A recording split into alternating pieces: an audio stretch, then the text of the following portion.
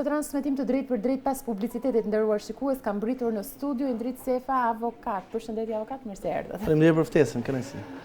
Do të shqyrtojmë dy seanca, në fakt që me rëndësi gjatë javës se që kanë të bëjnë me çështjen kryefjalë të këtyre kohëve, çështja Balluku. Ishte komisioni i Këshillit Mandateve që u shty për një datë të pacaktuar, ku do të diskutohej, do të merrej sot vendimi për zonjën Balluku. Këtë shtyrje fillimisht si e pat? Çfarë emri i vini? Është në kundërshtim me ligjin si disa vendimarrjet njëpërsnjeshme të kryetarit të Kuvendit zotit Niko Peleshi, i cili nuk e ka kuptuar akoma rolin e tij kushtetues. Është numri 2 i shtetit shqiptar dhe si rrjedhoi duhet të respektojë Kushtetutën e Republikës së Shqipërisë, duhet të respektojë dhe rregulloren e parlamentit. Ai është një pozicion kushtetues, nuk varet nga kryeministri.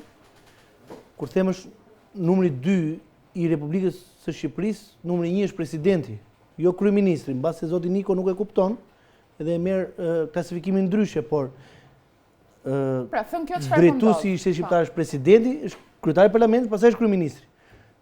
Zoti Peleshi, në kundërshtim flagrant me ligjin, ka shtyr në mënyrë të pashpjegueshme dhe të parsyetuar mbledhjen e caktuar të Këshillit të Mandateve, qartësisht me vullnetin e vetëm dhe me objektivin e vetëm për të konfunduar dy çështjet penale dhe dy kërkesat për t'i trajtuar sikur kanë lidhje me njëra tjetrën, kur në realitet nuk kanë asnjë lidhje me njëra tjetrën.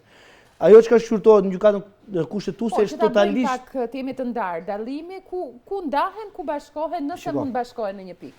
Nuk bashkohen fare në asnjë pikë, fare. Ajo që ka po shqyrtohet në gjykatën kushtetuese është një pretendim i kryeministrit të Republikës së Shqipërisë, i cili thotë që SPAK-u, bashkë me GKK-on, më kanë hyrë në kompetencat e mia. Domethënë, është thellësisht një shqyrtim ligjor dhe interpretim kushtetues. Nuk ka lidhje fare me zonjën Balluku. Fare. Është një kërkesë e kryeministrit i cili thotë ku ndahet vija kushtetuese midis pushteteve, atij gjyqësor dhe atij ekzekutiv.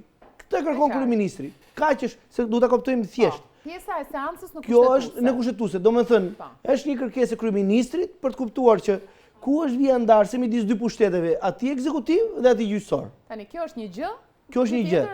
SPAK-u i ka kërkuar Kuvendit të Republikës së Shqipërisë dhe i thotë, "Më jepni autorizimin sepse unë dua t'i drejtohem gjykatës me kërkesë për caktimin e masës sigurimit, arrest me burg ose arrest në shtëpi."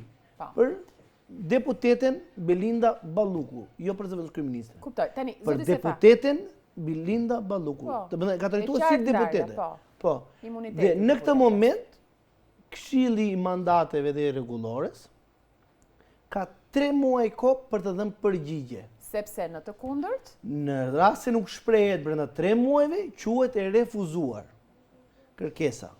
Dhe në ato kushte, nëse vrihet në ato pikë që refuzohet kërkesa e saj? Është e njëjta gjë sikur e ka refuzuar, sikur është bërë mbledhja, ka dalë me 2 raporte, se aty janë numrat 5 me 5, 5 opozita